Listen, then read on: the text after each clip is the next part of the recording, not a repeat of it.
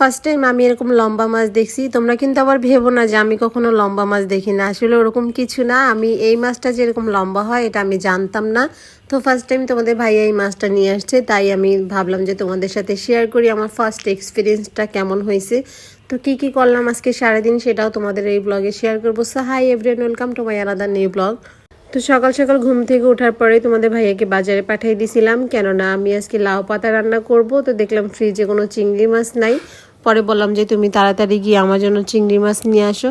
পরে চিংড়ি মাছের পাশাপাশি তোমাদের ভাইয়া এই মাছটাও নিয়ে আসছে। নিয়ে আসার পরে আয়াম তো অবাক, কী ব্যাপার এই মাছটা এত লম্বা কেন? তো তোমাদের ভাইয়া বললো যে এটা সাগরের মাছ। তো আমি এটা সবসময় ছোটোগুলো খাইছি, কেননা আমার আম্মাকে সবসময় দেখছি ছোটোবেলায় যে এই মাছটা, তারপরে বাইম মাছ, সাথে যে আরও কি মাছ আছে এইগুলা নিয়ে রাতে রান্না করে রেখে দিত, দেন সকালে আমাদেরকে খেতে দিত।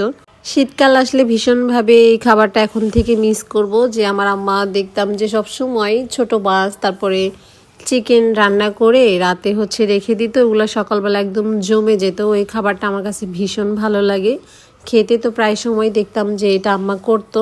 তো যাই হোক, এখন থেকে হয়তো আর হবে না। তো এই মাছগুলো তোমাদের ভাইকে দেখাই দিয়েছিলাম একটা ছোটো সাইজ করতে, বাট ও একটু বড়ো করে ফেলছে, বললো যে না এটা এই সাইজই ঠিক আছে। তো পাশাপাশি এই মাছগুলো তোমাদের ভাইয়া একদম পরিষ্কার করে ফেলছে, আর আমি চিংড়ি মাছগুলো প্রসেস করছি। করার পরে তোমাদের ভাইয়া রান্না বসাই দিছিল, আর আমি বাকি কাজগুলো করে ফেলছি। বরাবরই তোমাদের ভাইয়ার হাতের রান্না কিন্তু ভীষণ মজা, মানে খুব টেস্টি অ্যান্ড ইয়াম্মি হয়। আর আমি এখান থেকে বেছে বেছে মানে ডিম যেগুলাতে আছে ওগুলা মেবি ভুনা করছি আজকে, আর বাকিগুলো রেখে দিছি।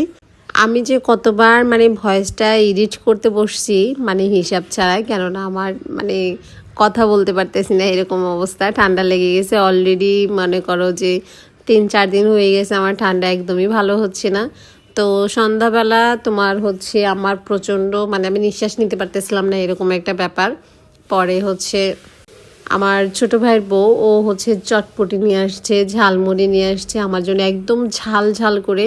আমি বরাবরই চটপটিটা একদম স্কিপ করি, কেননা আমার ভালো লাগে না। আমার কাছে ফুচকাটা বেশি সবসময় ভালো লাগে। তো বললো যে আপু সবসময় তো ফুচকা খান, আজকে একটু চটপটি ট্রাই করে দেখেন না কেমন লাগে।